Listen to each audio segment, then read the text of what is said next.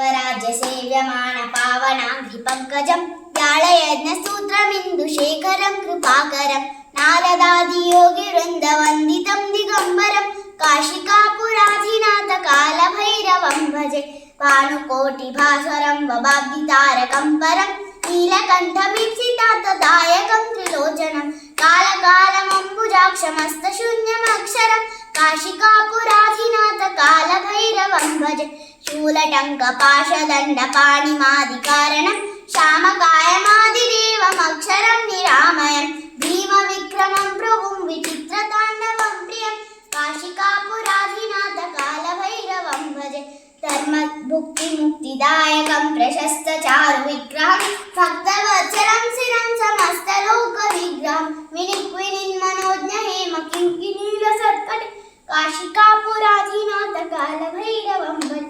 धर्मसेतुपालकं त्वधर्ममार्गनाशकं कर्मपाशमोचकं सुशर्मदायकं विभुं